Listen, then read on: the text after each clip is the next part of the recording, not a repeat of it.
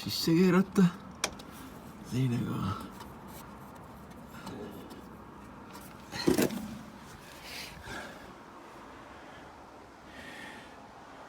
jätsin masti natuke üles.